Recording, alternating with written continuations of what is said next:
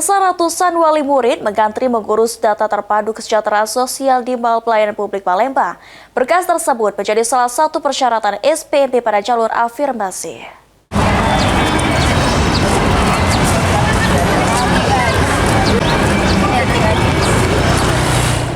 Berdasarkan pantauan Timbal TV, sejak pagi hari, Mall Pelayanan Publik yang berada di Kota Palembang sudah dipadati ratusan orang tua siswa yang ingin mengurus DTKS yang menjadi persyaratan SPMP untuk jalur afirmasi. Salah satu wali murid, Edi, mengaku ke Mall Pelayanan Publik untuk mengurus surat DTKS anaknya untuk mendaftar ke SMK.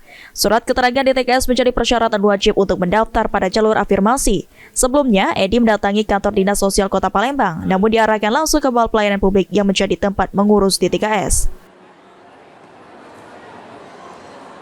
Mall Pelayanan Publik ini ngurus apa, Pak? Itu surat keterangan DTKS. DTKS untuk anaknya, Pak? Sekolah. Nah, masuk ke SMA. Oh, rencananya memang untuk persyaratannya apa, Pak, yang diminta dari sekolah, Pak? Kita kan lewat jalur afirmasi. Dipintanya surat keterangan DTKS itu aja cuma.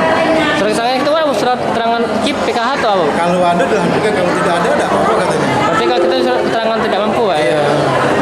Kamu milih ini ke MPP ini, Pak? Untuk Iya, memang mintanya di sini. di sini, Pak? Di sini kalau, ya? Iya.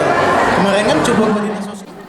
Senada, wali murid lainnya Herlin mengaku baru mengetahui pengurusan DTKS KIP tidak di kantor lurah melainkan di Mall Pelayanan Publik.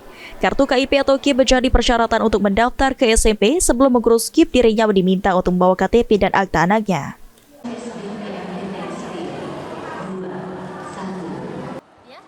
Syaratnya apa yang kita harus KIP, PKH atau apa?